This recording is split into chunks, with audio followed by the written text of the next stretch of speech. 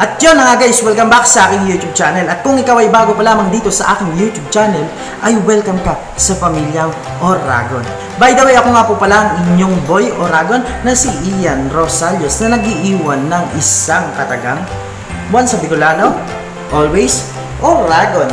For today's vlog, tutorial session ang gagawin natin. Hanap mo ba ay tutorial na magbibigay sa iyo ng kaalaman? Tutorial na magpapalawak ng ating kaisipan. O baka naman tutorial na maghahatid sa iyo ng kagalakan at pangmatagalan. So dito ka na sa It's Edition na magbibigay sa iyo ng kabuluhan at magpapalawak pa ng ating kaisipan. Ian's Tutorial Session.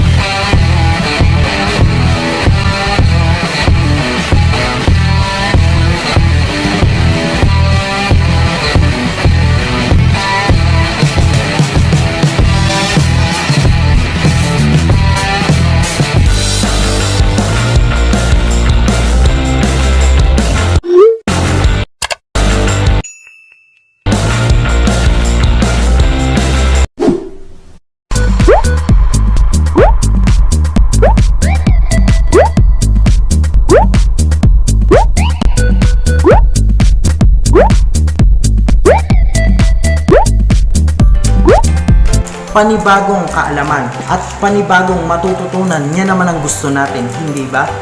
For today's vlog, paano mag-apply ng green screen effect or green screen picture sa iyong mga videos. Napakadali lang guys. Kung gusto mong malaman yan guys, kung paano mag-apply ng green screen effect or green screen picture sa iyong mga ina-upload na videos, tapusin mo itong vlog na ito. Basic lang guys, basic lang itong ituturo ko sa inyo para lang ito sa mga baguhan na hindi pa marunong gumawa, mag-apply ng green screen effect sa kanilang mga video na ina-upload. Kung gusto mong malaman yan, tapusin mo itong video na to sa loob lang ng ilang minuto guys. Sinasabi ko sa iyo, matututunan mo ito. Sobrang dali lang nito. Tumuto ka lang dito, panoorin mo lang to. Pagkatapos ng ilang minuto, marunong ka nang gumawa or mag-apply ng green screen effect tsaka ng mga logo na picture na ginawa natin. Without further ado, let's do this. What is? Malos sa Indogos, basta Bicolano, always Oragon. So yun na nga guys, narito tayo sa screen ng aking phone na kung saan ipapakita ko sa inyo paano ba ginagawa i-apply ang green screen subscribe button at paano ba i-apply ang green screen picture or logo sa mga video na ating ginagawa. Punta lang tayo sa ating editing tools. Kung wala pa tayong editing tools guys, kailangan nyo nang mag-download yan sa Play Store para naman magawa nyo na yung pag-edit nyo sa mga video nyo. Dahil sa mas bihasa tayo sa paggamit ng Power Director, Power Director yung gagamitin natin. Enter lang tayo dyan. Pagka-enter natin dito guys, punta tayo dito sa New Project. Meron dito nakalagay Tutorials. And guys, pag may load kayo guys, pwede kayo manood ng mga tutorial dito para mas madaling yung masundan kung paano gamitin yung Power Director. Narito rin yung New Project. Meron din ditong Produce Video. Dito sa Produce Video, ipapakita ko sa susunod na mga ano na natin yan. Ina-apply ang green screen effect or green screen subscribe button at ang green screen picture o ang logo na nilalagay natin sa mga videos. So ito na nga guys, punta tayo dito sa new project. Yung isa pahiga, yung 16 by 9 dalawang klase, 16 by 9 na pahaba, 16 by 9 na patayo. Ang pipiliin natin yung 16 by 9 na pahiga. So okay na natin. Pagka okay natin ito guys, ito na yung lalabas. Nasa editing section ka na. Pagka pasok mo dito, may makikita ka sa taas na film tsaka music logo. Click mo lang yan, lalabas na dito yung mga video. Yung mga video. Yan.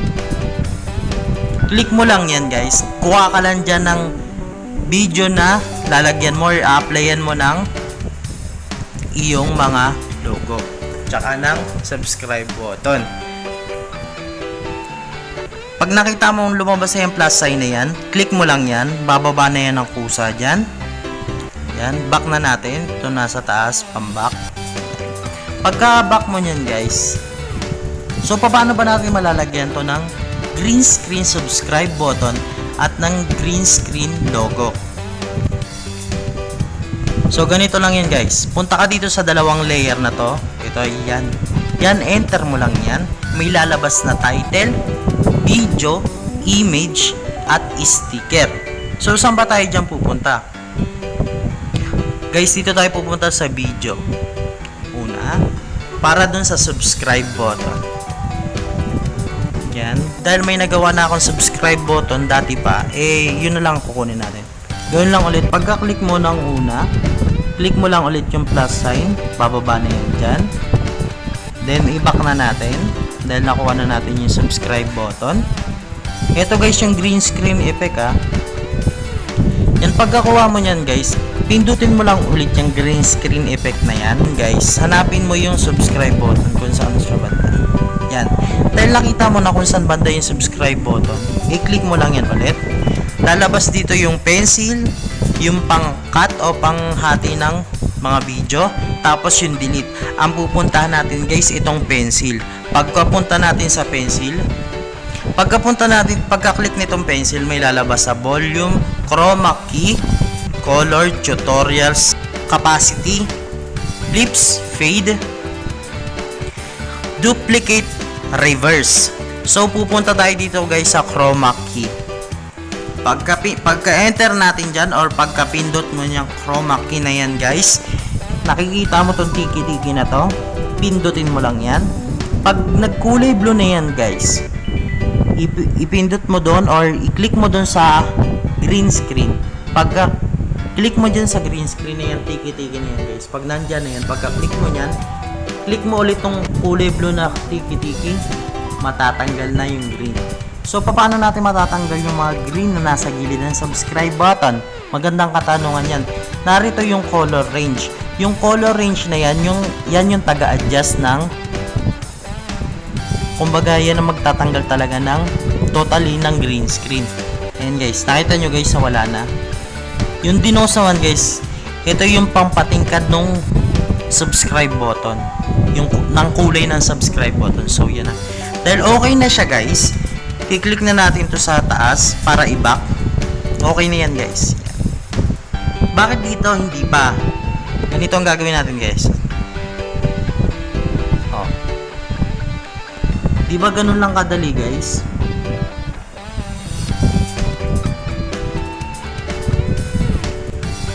Tingnan natin sa pamilyang Dragon. So, by the way, ako nga po pala yun guys, ganun lang kadali guys. Ganun lang kadaling mag-apply ng subscribe button. Walang kahirap-hirap. Hindi mo kailangang mahirapan. Tinuturo ko sa iyo guys para mas yumabong yung nalalaman mo, mas maintindihan mo kung paano ba gawin yun, kung paano ba mag-edit. Tinuturo ko to para matulungan kita sa yung pag-i-edit. So, susunod na natin guys kung paano maglagay ng logo or green screen picture.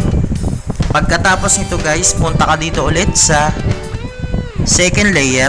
Yan, nasa gitna na yung may dalawang layer. Click mo lang yan. Pagka-click mo yan guys, punta ka naman sa image. Yan guys.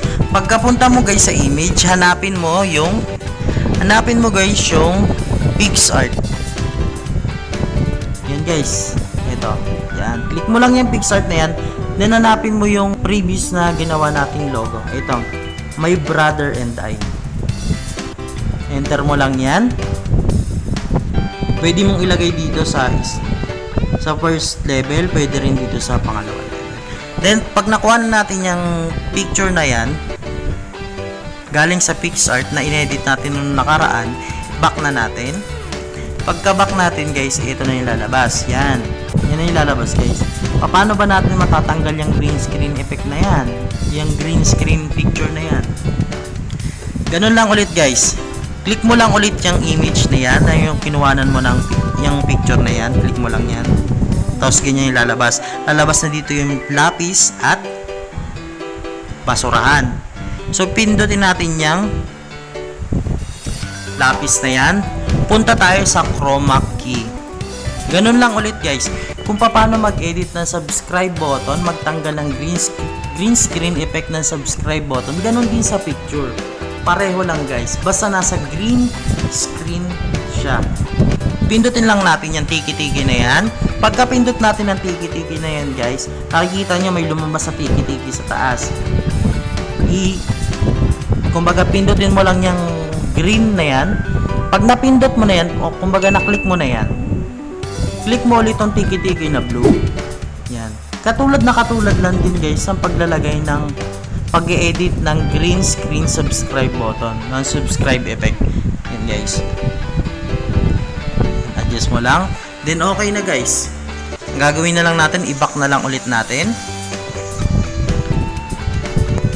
Yan guys. Kung hanggang saan yung lalagyan mo ng logo, kung hanggang sa dulo, ilagay mo, pwede. Para nakikita, para mas... Ang ilalagay mo dito guys, yung pangalan, yung logo, yung pangalan ng ano mo, YouTube channel, para mas mabilis ka nilang makikilala. Dahil, ikaw yung nakalagay doon. Tapos yung pangalan mo. So, tignan na natin guys.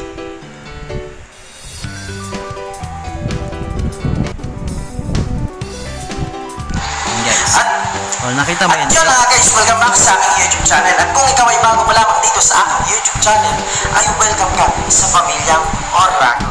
So, by the way, ako nga po pala yung boy Oragon na si inyong Rosallos na nag-iiwan ng isang katagang once a Bicolano, always Oragon. So, yun na nga guys. Ganun lang kadaling gumawa ng subscribe button.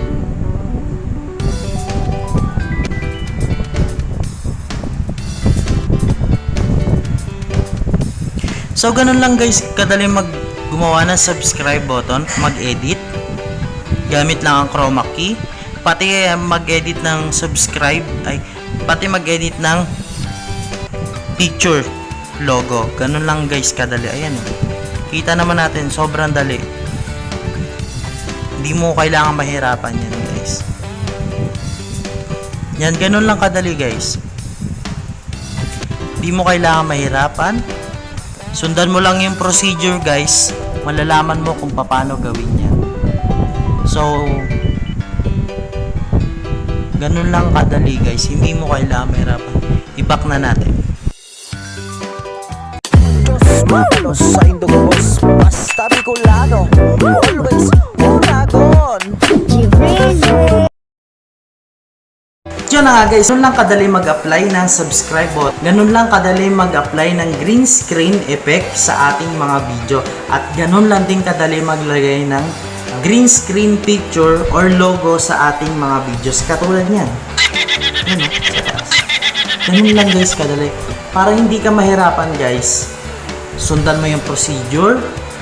Sundan mo ng sundan. Pag hindi mo pa rin makuha, gumawa ka ng paraan. Tignan mo yung mga basic tutorials para mas madali mong masundan. Para hindi ka mahirapan, dun muna tayo sa basic. Then pagkatapos, pag marunong ka na sa mga basic or requirements ni YouTube, guys, kahit ano pa yung gamitin mo guys, kung alam mo yung basic, masusundan at masusundan mo yan. Madali mong makukuha yan. Kasi parang trabaho lang yan. Sa una, hindi mo pa yan bihasa, hindi mo pa gamay yung trabaho. Then, sa katagalan mong ginagawa, sa katagalan mong nakikita, sa katagalan mong kasama sa trabaho, magagawa mo ang isang bagay kung palagi mong ginagawa. Ganon din dito sa pag-edit. Kung palagi mong pinapanood, kung palagi mo nakikita, kahit nga ngayon hindi pa talaga ako totally marunong, pero bakit ako nagbabahagi guys?